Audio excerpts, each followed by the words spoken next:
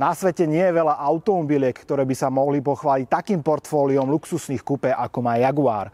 No a práve preto som veľmi rád, že si dnes môžeme predstaviť túto raritu Jaguar XJ SC z roku 1985. Majiteľ tohto auta, Milan, je trošku hanblivý, takže na kamere ho síce neuvidíte, ale nebojte sa, všetky informácie nosím v hlave, takže máte sa na čo tešiť.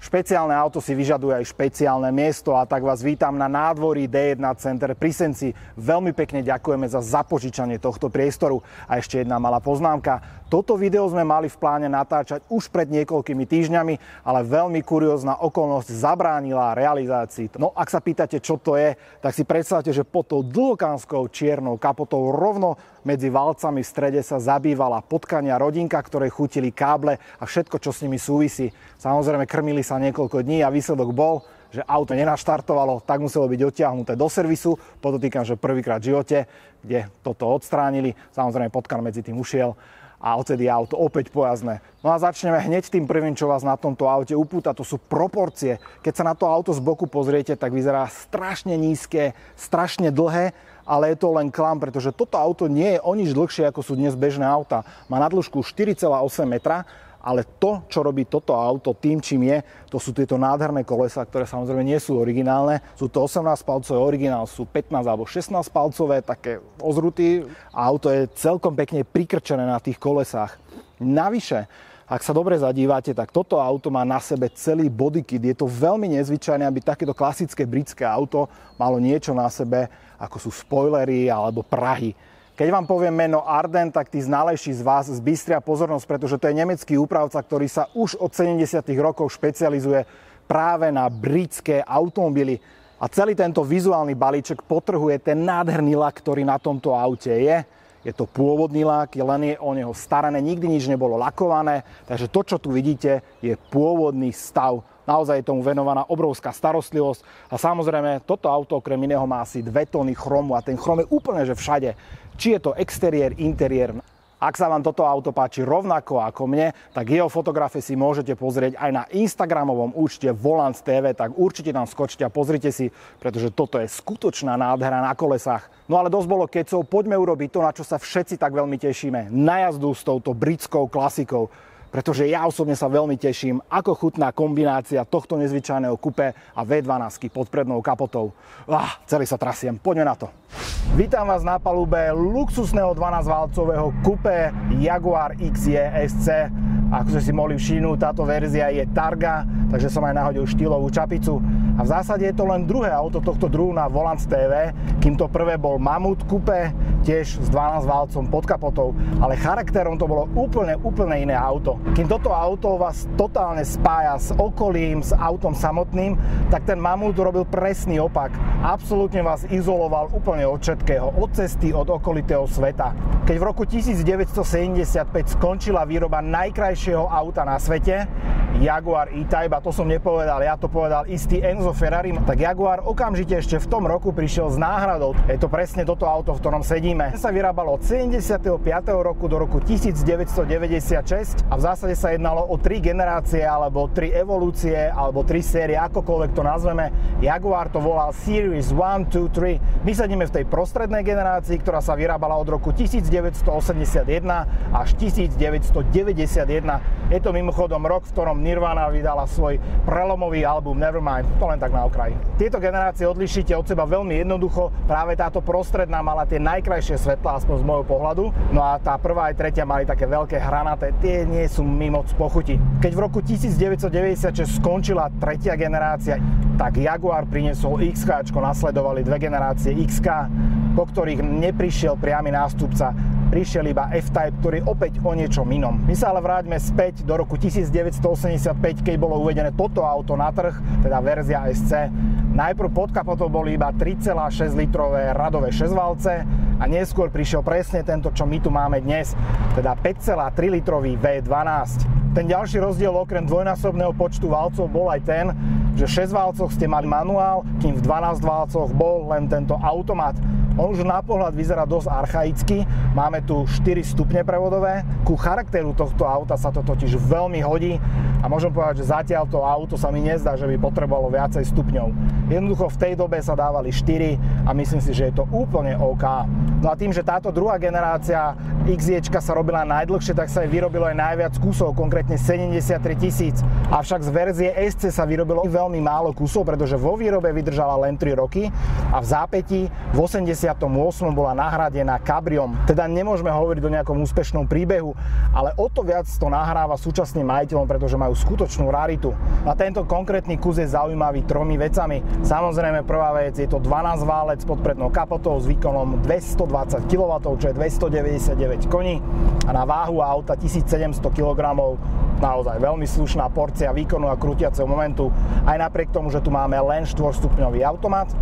Tá druhá vec je, že sa jedná o verziu SC, teda Targu. Ako vidíte, dokážeme si sklopiť alebo odobrať túto strednú časť. Klasická Targa teda medzi B-čkovými stĺpikmi ostáva rozpera, presne ako má Porsche 911 Targa. Tuto navyše je spojený A-čkový a B-čkový stĺpik a navyše ostávajú tieto zadné okienka hore, nedajú sa sklopiť nižšie. Čo sa ale dá sklopiť, a to je veľmi dobrá vec, zadné okno. Je to len taký látkový diel, ktorý dáte dolu. Žiaľ Bohu, auto nemá tým pádom zadné sedadlá, pretože tá vec sa sklápa tesne za tie sedačky, kde by originál boli. A toto je vec, ktorá jednak vadí aj súčasnému majiteľovi, pretože si tam nemôže posadiť za seba ani detváky, ale na druhej strane vadilo to už aj dobovým recenzentom, ktorí vyčítali Jaguaru, že mohol tam dať aspoň nejaké núdzové sedačky. No a tá tretia vec, samozrejme, to je ten nádherný bodykit, ktorý som spomínal od firmy Arden. Aj napriek tomu, že sa jedná o nemeckú firmu, tak upravuje anglické auta, čo je celkom zaujímavé. A musím povedať, že ten bodykit sa tu extrémne dobre hodí a dáva tomu autu úplne iný šmrnc, ako majú totálne sériovky. No a čo sa týka tohoto konkrétneho kusu, v ktorom sedím, tak má tiež veľmi veľa zaujímavých informácií okolo seba. Napríklad to, že súčasný majiteľ ho vlastní už vyše 10 rokov, čo teda nie je celkom bežné. Toto auto kupoval z Nemecka od druhého majiteľa a ten prvý ho kupoval ako nové v Nemecku. To znamená, že jedná sa o európsku verziu, pretože veľa týchto aut v Európe sú dovezené Ameriky a teda musíte tam riešiť veci, ktoré s tým súvisia. Pri otázke na majiteľa, čo sa týka servisu na toto auto, tak bol taký smutný, pretože už podľa skúsenosti sa mu stalo, že nie je veľa na Slovensku ľudí, ktorí dokážu servisovať toto auto a je ich ešte menej, ktorí dokážu servisovať práve túto 12-válcovú motorizáciu. Takže na také vážne servisné zásahy a úkony musí chtiac nechtiac chodiť do Rakúska, kde s tým nie je absolútne žiaden problém. S tým bežným servisom chodí majiteľ sem do Bratislavy k známemu, taktiež mu vie aj dodať náhradné diely, aspoň tie základné. Údajne, ak sa objedná nejaký náhradný diel, akýkoľvek na toto auto, tak v priebehu jednotiek dní je tu. Čo ale problém je, ak sa zastavil u oficiálneho dílera, respektíve v oficiálnom servise Jaguar, či u nás alebo v Rakúsku, tí ľudia tam nemajú skúsenosti s týmito autami, takže nakoniec, ako som spomínal, musel zobrať niekomu inému, ale podľa slov majiteľa toto auto je nadštandardne spoľahlivé, milé prekvapenie, čo sa týka starého Jaguaru, pretože tá povesť tých Jaguarov nie je najlepšia v tomto ohľade. No a tie pocity z jazdy, tak jedným slovom naozaj paráda. Na to, že je to auto, ktoré je koncepčne staré a zachádza niekde na začiatok 70. rokov, tak ten posed aj celkové šoférovanie je nad očakávanie dobré. Samozrejme, možno som len taký moc nadšený z toho celého celku a plus 12-válcovú bublutu, ale musím povedať, že veľmi príjemné vozenie, absolútne netrpím tým, že auto je staré, 35 rokov v tomto momente. A sme, ako ste si všimli, na Pezínskej Babe, kde to veľa ľudí skúša naozaj na ostro. Ale my sme sa došli kochať. Strecha dolu, okolo nás stromy, nádherné počasie, minimálna premávka. A musím povedať, že toto je presne balzám na tú motoristickú dušu, lebo ja si neviem predstaviť krajšiu cestu na toto. OK, ešte keby trčali hory nad nami, tak je to niečo iné. A ten krútiaci moment toho 12-válca, tá prevodovka sa vôbec netrápi, ona vôbec sa nesnaží nejak chaoticky tam hádzať stupne, aj keď ideme do takého stupáku, lebo vie, že ten krútiaci moment tam vždy je a kedykoľvek sa rozbehnete v akomkoľvek stúpaní. Tak toto je veľmi ostrá zákruta, jedna z najostrejších na Pezínskej Babe. Idem predpisovo samozrejme. Z toho auta vôbec nemám pocit, že by to bola nejaká taká húpavá loď. Auto je tak príjemne tuhé, pekne zvláda aj tieto SIčka. Samozrejme, keby som už začal nakladať nad limit, aký je tu povolený, tak už sa bavíme o úplne iných jazdných vlastnostiach, ale toto je perfektná kombinácia. Naozaj, presne to auto ide tak, ako som si predstavoval predtým, než som si do ňoho sadol. No a teraz sa vrátime ešte troška k interiéru. Aj napriek tomu, že to auto je naozaj obrovské, tak vnútri za z toho miesta nie je až toľko, hlavne pre vodiča. Tie nohy mám relatívne natlačené na boky a na stred. A dôvodom je, že ten stredový panel je brutálne široký. Chápem, že na ten 12 válec tá prevodovka musí byť jak z traktora, ale toto je naozaj že extrém. Ale zase na druhú stranu má to výhodu, práve na ceste ako je táto sa viem veľmi príjemne zaprieť do toho stredového tunelu alebo do čalúnenia dverí a hlavne ten stredový tunel, to čalúnenie je tak sklopené, že vám tam presne padne noha z toho pedálu. Aspoň pri takejto pomalej jazde si viem vychutnať tie kvality toho interiéru, pretože toho dreva, chrómu a kože, toho je tu naozaj strašne veľa. Je to veľmi príjemná kombinácia a úplne sa to hodí k tomuto autu. Keď sa len pozriete tie kľúčky alebo nastavovanie spätných zrkadiel, tak to sú také nádherné detaily, alebo tieto popolníky. Tento váži snáď kilo. A keď zavriete, tak úplne sa ozove taký kovový zvuk. No a vo výbave tu máme aj palubný počítač, čo je veľmi prekvapujúce. A pod ním máme originálne rádio, ktoré sa do tohto auta dávalo. A veľmi pekné sú aj tie budíky. Naľavo tachometer, napravo otačkomer, ale hlavne to, čo je medzi nimi v strede, tak sú tam také 4 valce, ktoré vám hovoria niektoré údaje, ktoré potrebujete k životu. No a teraz poviem niečo, za čo ma nebudú mať rade milovníci prírody, pretože mi sa strašne páči, ako sa zvuk toho 12 valca ozýva v týchto lesoch. Aj keď sa rútime na taký nejaký väčší vrácak, ja dám plné brzdy, alebo plné. Snažím sa dať také plné brzdy, lebo idú tak z tuha. Tak auto vôbec neprotestuje, ako nemám pocit, že by teda sa začalo nejak vlniť. Ja samozrejme nejdem na hranu v tomto momente, lebo sme v klasickej premávke a navyše mám toto krásne požičané auto, ktoré by som len veľmi nerád poškodil. Ale aspoň z takých rýchlejších esíček alebo vracakov vám viem povedať, že vôbec toto auto nemá tendenciu aj s tým ťažkým 12 valcom cestovať von z tej zákruty. Samozrejme môže za to najmä to lepšie obutie, ktoré je tu podstatne nižšie a širšie ako na sériovom aute. Vôbec nemám pocit, že šoferujem koncepčne takmer 50 rokov staré auto. Absolútne nie.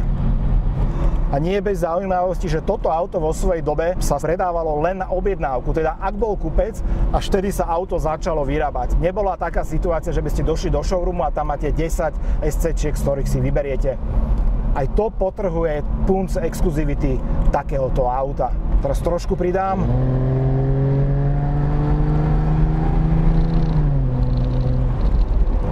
Nádherné, nádherné. A ak sa teraz pýtate, čo je tu za výfuk, keď takto krásne znie,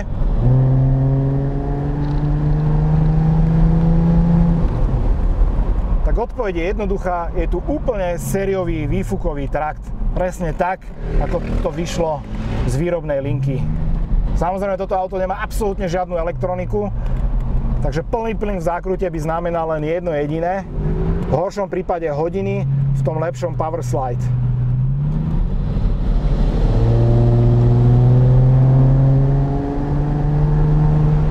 A klasická téma na záver v mojich príbehoch aut je o tom, či by súčasný majiteľ bol ochotný toto auto predať a kúpiť si miesto neho niečo iné. Pravda je taká, že už bola majiteľovi ponúknutá istá suma peňazí za toto auto, zatiaľ sa nerozhodol to predať a necháva si ho. No a či by si kúpil niečo iné, tak to asi veľmi ťažko, pretože povedzte mi, aké iné auto kombinuje toto všetko s tou britskou eleganciou, s tým zvukom 12 válca do takéhoto krásneho celku. Ja naozaj o žiadnom inom neviem. Ak vás nejaké napadne, určite to napíšte dolu do diskusie, rád sa o tom pobavím. A ak ešte nie ste odberateľ tohto krásneho kanálu, kliknite prosím na tlačidlo, odoberať, budem sa veľmi tešiť a tým pádom vám budem môcť prinášať aj do budúcna takéto nádherné auta. Dnes mi bolo cťou šoferovať Jaguar XJ SC a veľmi pekne týmto majiteľovi ďakujem za zapožičanie.